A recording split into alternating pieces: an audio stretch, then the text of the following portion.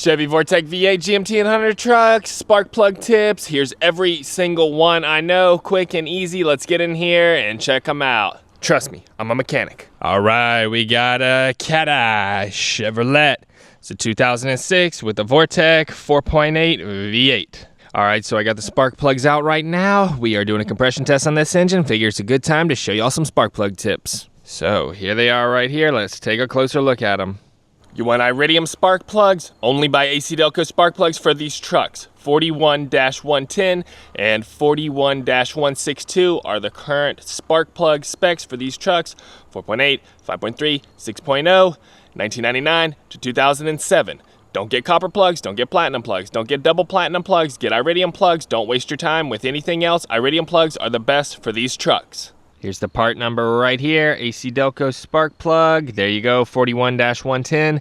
Now this is an older spec spark plug. It has been updated to 41-162. If you get these or the -162, either ones will work. Here's what the end's looking like right there. It's Iridium, very fine electrode on the end of there, but it's looking good. These spark plugs aren't brand new. They got about 60,000 miles on them and they are still good to go. Tool tips for doing this: you need a 5/8" socket right here with the little spark plug holder in there. Then we got a 1" extension, 3", 6", and then we have a ratchet of some sort and then a torque wrench of some sort. So that little 1" extension right there really helps. That little extra bit of reach really helps get the spark plugs in and out. Driver's side right here, these are all easy to get out. That one back there is a little bit more difficult. Passenger side right here, these are all easy. That one in the back right there is a pain to get to. You got to use a little extension like that, maybe a swivel to get back up in there. Not your friend. When I change spark plugs on these trucks, I sit up here crisscross style. Really helps. So you can put the hood in service position.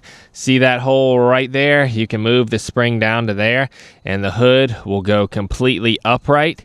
And that way you can sit up under here. The hood will be straight up. You know, it's not like this, like a 90-degree. Get up under here, change your spark plugs. But I normally just sit up here on the core support on the radiator. Get in here, reach down in here and get to them. You know, not the easiest thing to do, but that's how you have to do it. All right, so we need to get these spark plugs back installed. Really, you know, I've been known to do this move right here. Lean over it, get in here, and just get it installed. It can be a pain to fish them in there, but really you just got to screw them in, you know, go one at a time.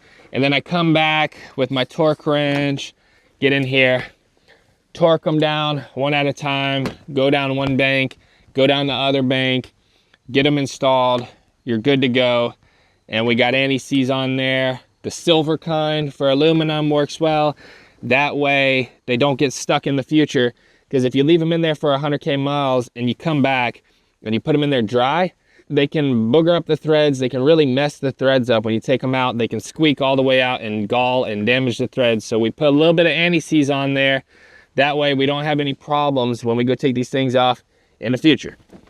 It's a bit controversial, but I put a little bit of anti-seize right here on the threads so that it doesn't get on the electrode. That way they don't get stuck in the engine. I've seen that before.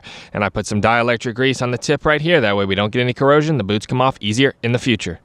All right, so we got some anti-seize here. This stuff is not easy to get on the spark plugs, but you know, you gotta get just a tiny bit on here, and you're gonna wanna put it on the threads right down here, just a dab like that, back down on the threads, not close near the electrode. You're gonna spread it out with your fingers. That way it doesn't get stuck on here in the future. So try to get in here and just get it around the threads. You do not want it on the electrode, you know, try to work it up on there. That way these do not get stuck in there. So on these trucks, you're gonna change the spark plugs and spark plug wires every 100,000 miles when you use Iridium spark plugs. That service interval is what's recommended by GM. It works well. You get in there, get the old plugs swapped out for these Iridium ones, get the new wires installed, and then you're good to go for another 100,000 miles. Write it down, keep track of it. Promise you it works. You don't have to change these out like copper plugs every couple thousand miles, you know, platinum plugs every 10,000 miles, 30,000 miles, whatever. Get the 100K Iridium plugs, swap them out, and don't worry about them. You're good to go. So it really does work, you know, the 100,000 mile interval here. Here's what they're looking like. These got 60K on them, 70K on them, you know. That's 60,000 miles and 70,000 miles. You can see that electrode's looking good. It's not eroded, it's not damaged. Man, that spark plug is clean and white. And it's got 70,000 miles on it. I mean, come on. So, you know, I'd probably get over 100,000 on these, honestly. But, you know, if you wanted to push it, maybe 120K or something like that. Look at that electrode. Yep, look at that in there. Nothing. It's not eroded. It's looking good. These spark plugs are pre-gapped from the factory.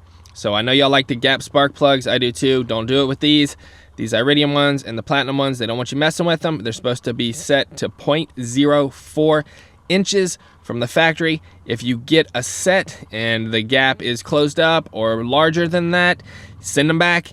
Get you a fresh set. They do not want you gapping the spark plug gap on these spark plugs because they don't want you damaging the fine Iridium electrode. Oh yeah, this side's my favorite right here. Look how easy that goes in there. Just like that. Get that spark plug screwed up in there. Easy access. No problems getting them on the passenger side here. Get this one. Get right down in there. Look how easy that is. The driver's side is the side that causes you all the problems. You know, you got to get all those swivels and whatnot to get them threaded in there. But that one back there, like I said, that one is the worst right there. That one's easy. Get in there, you can really get a good feel for it.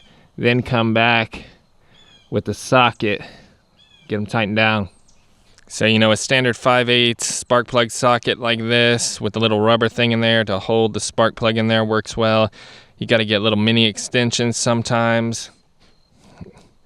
You know, I'll even grab this little flexible thing to get down in there. You know, it's a lot easier than using a traditional swivel sometimes to get that back one.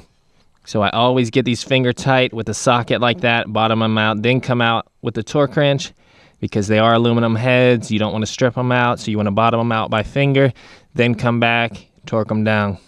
So you can get a ratchet on there. That long extension works for the easy ones, just like that. Get the ratchet on there, get it a little bit snug, come back with that torque wrench. So back down in there on that back one, that 1-inch extension works great. Once you get it started by hand, you can get a 1-inch extension and a ratchet on there. Getting back in there like that. So torque spec is 11 foot-pounds. I got this digital torque wrench I've been using lately. You want to make sure that you hit the torque spec, you know, 10 to 11 foot-pounds. Don't want to over torque them. Remember, this is a piece of steel going into aluminum heads. If you over torque it, you're going to rip the threads out of your head and you're in deep trouble. Go slow, 10 to 11 foot-pounds. So it doesn't take much. I got a Craftsman torque wrench on here. Let's see.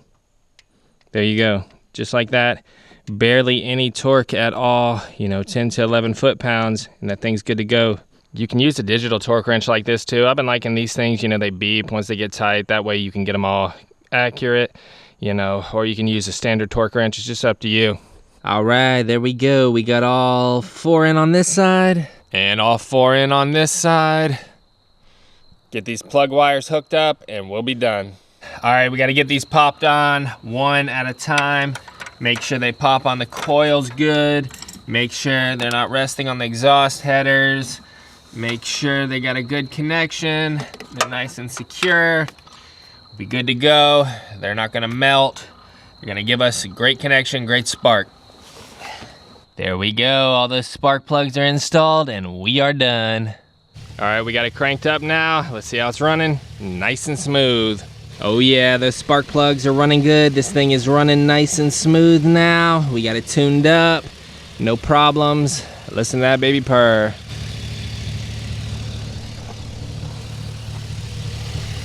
Running awesome now that we got those spark plug tips. All right, that's it for the video. Get in there, get those old spark plugs out, get you some new Iridium ones. You don't have to worry about them for 100,000 miles. You'd be good to go. Your truck will be running much better. Drop me a huge thumbs up down below. Don't forget to subscribe for more Chevy truck tips in the future. I got plenty more where this came from. Later.